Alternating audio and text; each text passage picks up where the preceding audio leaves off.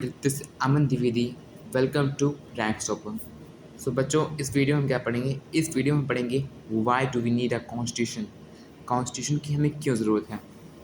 जैसे कि अफ्रीका में बताया गया है कि अब जो है हमारे नेल्सन मंडेला ने इक्वल राइट्स दे दिए हैं वाइट माइनॉरिटी को और ब्लैक्स को। ठीक है, तो the south African example is a good way to understand why we need a constitution and what to do constitution do. The oppressed and the oppressed in this new democracy are planning to live together as a equal. South Africa जो है अब अच्छा example बन गया है कि constitution में क्यों चाहिए। अब जो है साउथ अफ्रीका में क्या चल रहा है, साउथ अफ्रीका में ये हो रहा है कि देवर प्लानिंग टू लिव टुगेदर, मतलब कि ये लोग प्लान कर रहे हैं कि एक साथ रहने के लिए। It was not going to be easy for them to trust each other. ये ईजी नहीं था कि वो लोग एक दूसरे पर भरोसा कर पाएँ। दे हैड देयर फियर्स, इनको डर था। They wanted to safeguard their interest. The black majority was keen to ensure that the democratic principle of majority rule was not compromised. They wanted substantial social and economic rights. उनको क्या चाहिए था? उनको social और economic rights चाहिए था। किसको? हमारे दोनों को, वाइट्स को भी, ब्लैक्स को भी।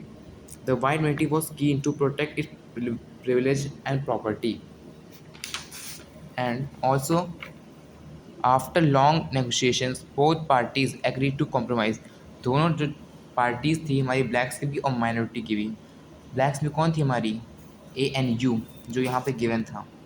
ANC जो पार्टी बनी थी हमारी, अफ्रीकन नेशनल कांग्रेस, वो। और ब्लैक्स और और हमारी वाइट्स माइनॉरिटी की। The whites agree to principle, दोनों जो है, the whites agree to principle of majority rule and that of 1 person 1 vote, कि वाइट भी एग्री करने लगी एक पर्सन, मतलब हर एक के पास हर एक वोट होना चाहिए और हर एक वोट के पास हर एक वैल्यू होनी चाहिए।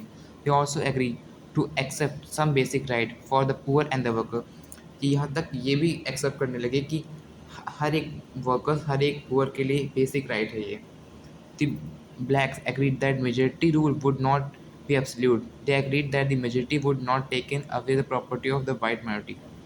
केवल the blacks agreed that majority rule would not be absolute. कि जो हमारी मेजॉरिटी रूल जो ब्लैक्स का होगा वो एक एब्सोल्यूट नहीं होगा। They agreed that the majority would not take away the property of the white minority, कि जो उन्होंने, किसने, ब्लैक ने ये एग्री किया, उन्होंने ये एक्सेप्ट किया कि जो majority of the people of the African country would not take the white minority. ठीक है, इनकी प्रॉपर्टी नहीं लिया जाएगा, ब्लैक्स बोल रहे थे। किसको? माइनॉरिटी को। This compromise was not easy, ये ईजी नहीं होगा। But how was this compromising going to be implemented, लेकिन अब ये कैसे इम्प्लीमेंट होगा? Even if the manage to trust each other, what was the guarantee that the trust will not be broken in the future? The only way to build and maintain trust in such a situation is to write down some rules of the game that everyone would abide by. अब यहाँ पे बताया जा रहा है कि कुछ, अब कॉन्स्टिट्यूशन क्या है, कॉन्स्टिट्यूशन के क्या बेसिक फंडामेंटल रूल्स हैं। तो यहाँ पे ये गिवन है, ये रहा कॉन्स्टिट्यूशन क्या है। What is constitution? The constitution of a democracy is a set of written rules that are accepted by all people living together in a country. मतलब कंट्री में जितने लोग रह रहे हैं उनके द्वारा जो चीज़ लिखा जा रहा है वो लोग उसको एक्सेप्ट करना ही करना है। मतलब कि बताया जाए कि कॉन्स्टिट्यूशन जो है बेस्ड है, इसमें कुछ ऐसे कॉन्स्टिट्यूशन में कुछ ऐसे फंडामेंटल रूल्स रहेंगे जो वहाँ उस कंट्री के पीपल को, ठीक है, whether they are black or whether they are white minority, they have to accept these rules. ठीक है, constitution is the supreme law, constitution एक सुप्रीम लॉ है that determine the relationship among the people living in the territory call citizen and also the relationship between the people and government होता है। Constitution एक supreme law है जो determine करता है क्या, कि relationship among the people in a territory, जो रिलेशनशिप हो रहा है वो, और जो हमारे पीपल्स और गवर्नमेंट के बीच में जो रिलेशनशिप है उसको बताया जा रहा है, उसी को सिटीजनशिप। और constitution does many things, constitution के पास बहुत सारी चीज़ें हैं। कुछ 4 बेसिक राइट्स हैं। जैसे हम लोग को इसमें लिखा होगा कि why do we need constitution, तो we will write this and then we will write this 4 point. First, it generate a degree of trust and coordination that is necessary for different kind of people to live together. तरह तरह के लोग को मतलब अगर साथ में रखेंगे ना तो उनके ऊपर एक ट्रस्ट होना चाहिए, कोऑर्डिनेशन होना चाहिए among them. Second, it specify how the government will be constituted. और दूसरा बताता है कि गवर्नमेंट जो है कैसे गारंटी देता है कि they have a power to take which decision, की मतलब बताया जा रहा है कि कैसे इनकी पावर जो है, गवर्नमेंट की जो पावर है वो कैसे मतलब इनके ऊपर कोई ना कोई लगाम लगाना पड़ेगा.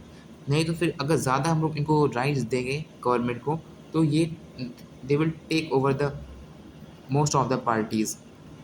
Third, they are telling that it lay down limit on the power of the government and tell us what the right of citizens are. And और तीसरा पॉइंट भी यही बता रहा है कि जो है इनके इनकी गवर्नमेंट की पावर पे जुडिशरी, एग्जीक्यूटिव और लेजिस्लेचर तीनों के उस पर अगर हम लोग ने उस पर एक लगाम नहीं लगाया तो ये लोग जो है हम लोग की राइट छीन लेंगे. Fourth, it expressed that the aspiration of the people about creating a good society.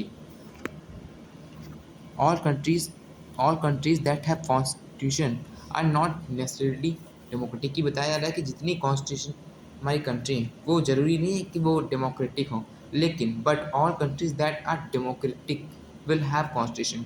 बता रहा है जितनी कंट्री डेमोक्रेटिक है वो जो है उनके पास कॉन्स्टिट्यूशन है. सो तब तक के लिए थैंक यू. ये हमारा ये चैप्टर अभी हाफ कंप्लीट हो चुका है, ये टॉपिक ख़त्म हो चुका है. तो अब पढ़ेंगे next topic, making of the Indian constitution in next video. Thank you.